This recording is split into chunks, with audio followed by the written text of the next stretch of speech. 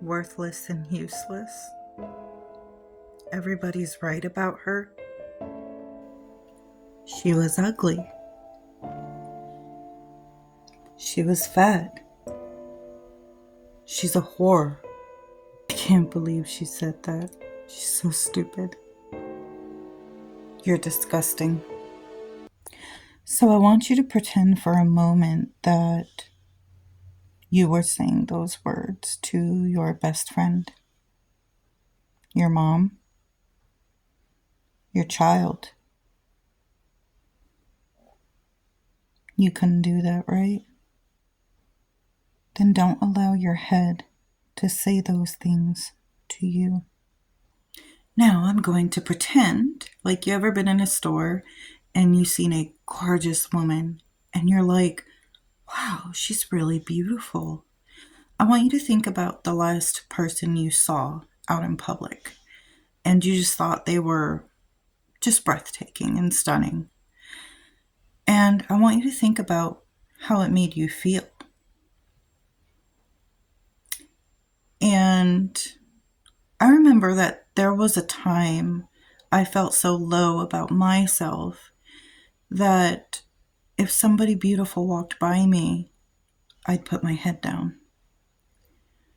That's no longer me.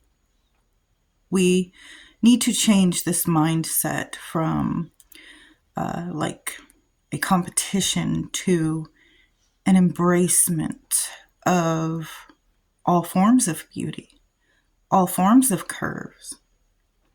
We need to embrace the beauty of all colors, all shapes, all sizes, because it really is beautiful.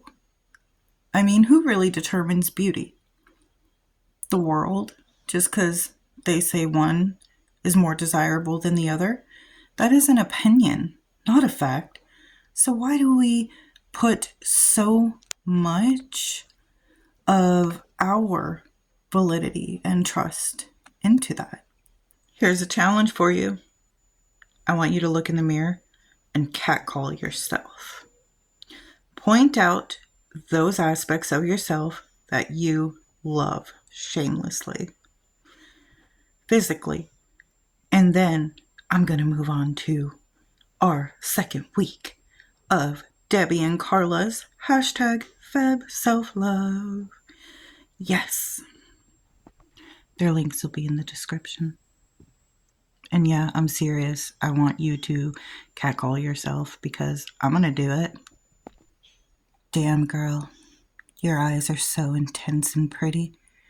You could strip a man with one gaze. Tiredness from work, screaming low energy, but those silky locks. Screaming stripper. What kind of a fucking compliment was that to myself? Laugh with me, I'm a dork. I don't know. You may hate your smile, but others love it. I feel so full of myself, but at the same time, I'm really enjoying this. You should try it. Boobies always get in the way, but around the male gaze, they slay all day. Body doesn't scream model, but it is a snack. And do you want to know how I achieved this beautiful, voluptuous figure? Snacks. And I'm not ashamed to admit it. You can love all of me like I do, or be dirt under my shoe. There we go. That's the spirit, right? Okay, let's get on to this week's hashtag Feb Self-Love, and don't ever stop cheering yourself on.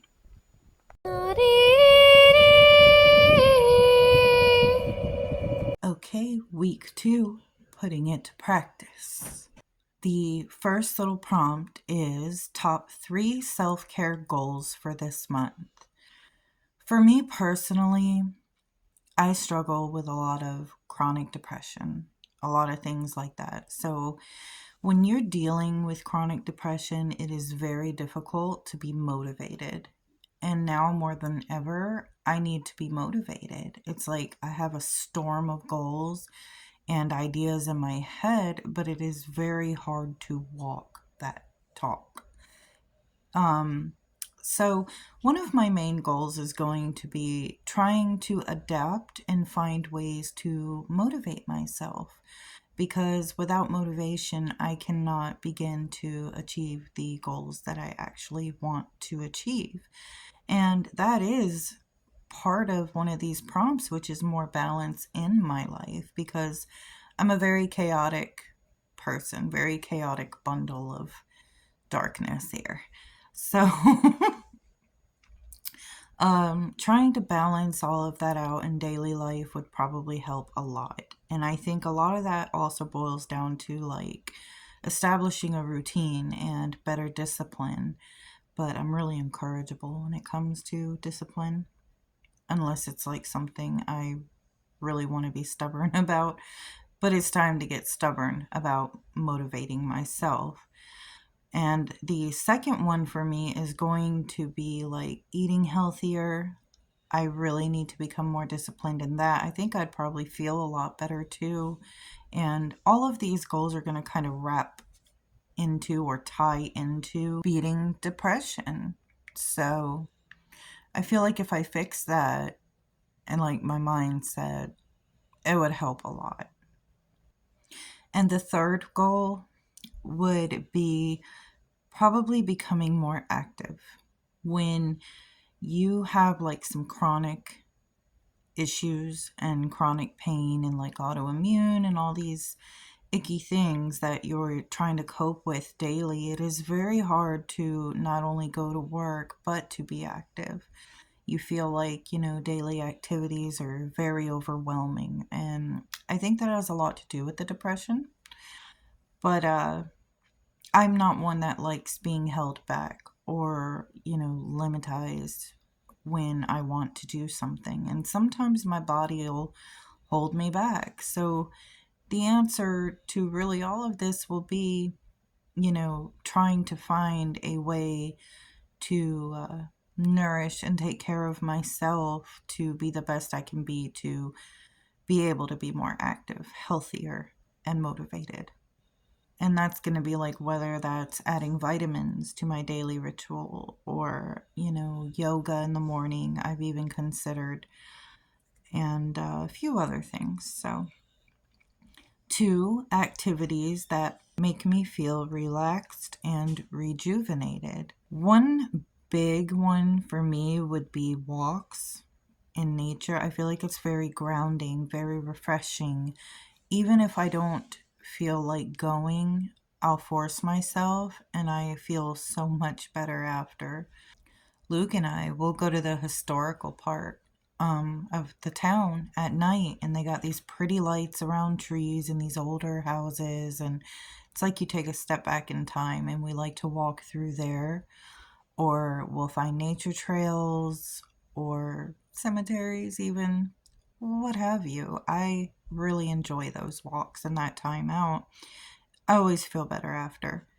I like creating things, doing crafts. That's really fun and enjoyable for me and relaxing, especially when I have all this stress or pent up energy that I can transmute into something beautiful. I love to read. That's very relaxing. And a good bath or shower. I really love a good shower. Number three, steps to create a more balanced life. Again, that is working on my depression, making a ritual or routine for me to follow by, and working on time management and focus. Making sure that I'm valuing my time. Like, does anybody else ever get really overwhelmed and in your head you have so much to do, but you sit there for a while and before you know it, a few hours have passed and you haven't done anything and then you feel guilty? That happens to me a lot. Like, I know people who are neurodivergent, they often describe things like this too. And neurodivergent. So, I mean, it makes sense, but Anyway, trying to balance that chaos and just create a routine for me to follow and be more disciplined. Number 4, new self-care practice to try. You know what? This one sounds so simple, but I rarely do it, and that's pampering myself. Putting more care into myself. So I actually went and got a few like skin creams. I got stuff to do like my own feet. I love making my feet pretty and doing my toenails. I don't always do my fingers, but I love making sure my toes look pretty. And I like doing makeup. I like straightening my hair. Those things to me are very pampering. Even though, I don't feel like I necessarily have to have it, it makes me feel good. It makes me feel better. So I like to do those things. To me, that is self care. Or if I want to dye my hair, if I want to try a different color eyeshadow or outfit, those small little things, to me, that is like pampering myself and self care. Also, gaming or writing, like all of my stress is gone. If I can pretty much escape, I love it.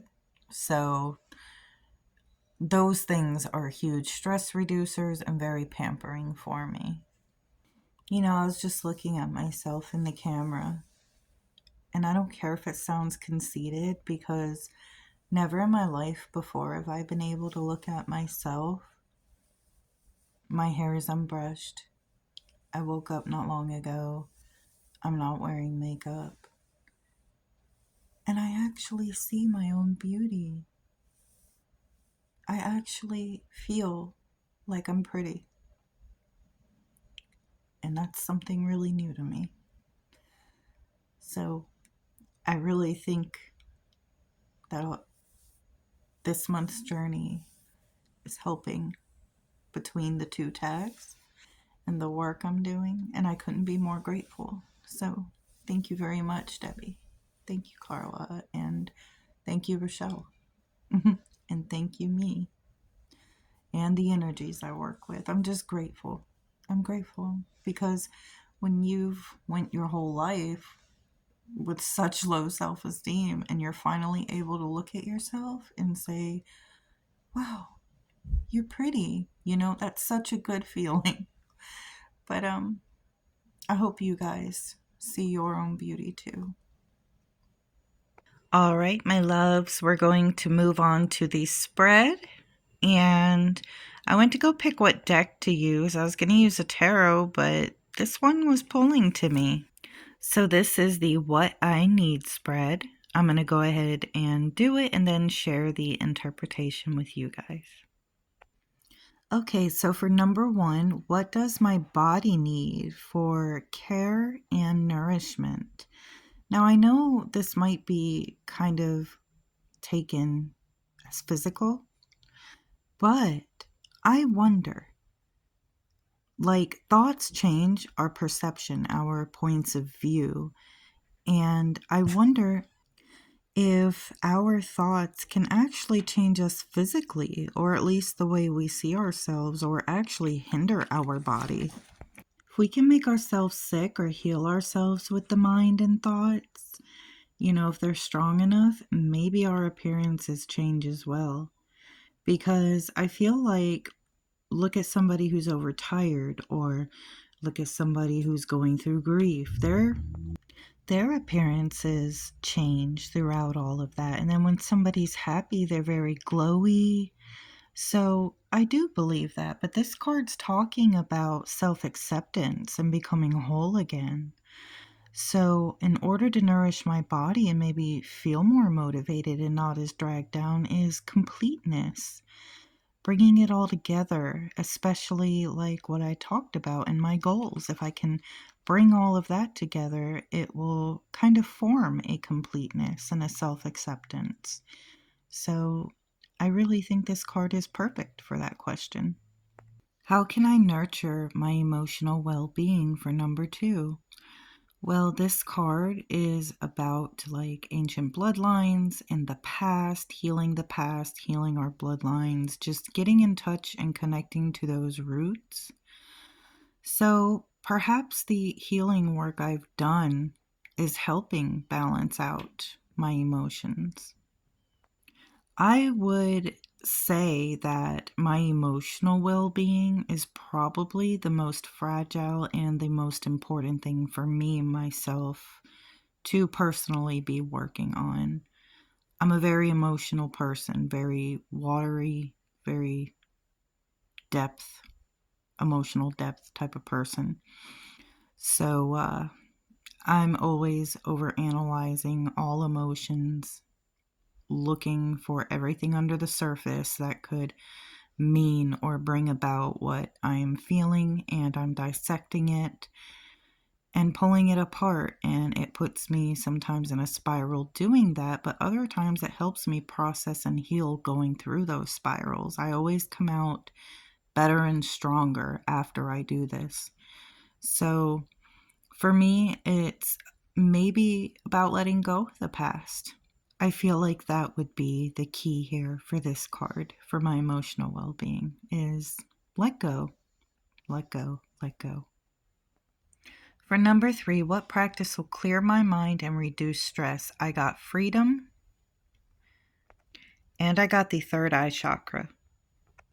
So this card means along the lines of living your best life, liberating shifts in perspectives, the many facets of freedom. And there's nothing I enjoy more than freedom. It's about creative expression, overcoming limitation, and to me, that is living my best life. That is my overall work, I would say, my goal in everything. In my occult practices, it is always about freedom and liberation. It is about pushing the boundaries. If I'm not pushing boundaries, I'm not happy. If I'm not thinking outside the box and striving towards, taboos or different perspectives or knowledges that free my mind, soul, everything, I'm not happy. And that's what I feel like I do in my work. So focus, on my practice. Pretty much I'm on the right track. This third eye chakra card is about like your intuition, imagination, seeking inner and outer worlds, limitlessness, and channeling wisdom through consciousness. Absolutely. Like, my imagination is my freedom, my everything. I love my imagination. And clearing my mind and reducing stress, like I said earlier, through a bunch of imaginative and creative workings. So, spot on. For how can I connect more deeply with my inner self, I got these 2 cards. Furred and Feathered Friends and Beyond the Mind. So the Furred and Feathered Friends, it says it is meaning ethical consumption, making difference through our food choices, caring for all beings, animals, environmental awareness, doing the best we can, and connecting with guides. Wow. I feel like all the work I've done, like the past few years, has been going within, going within, going within. Maybe now it is about other connections as well, like in the spirit realm. Also, the changing food choices. Yeah, I mean, I've been heavily pulled to doing that.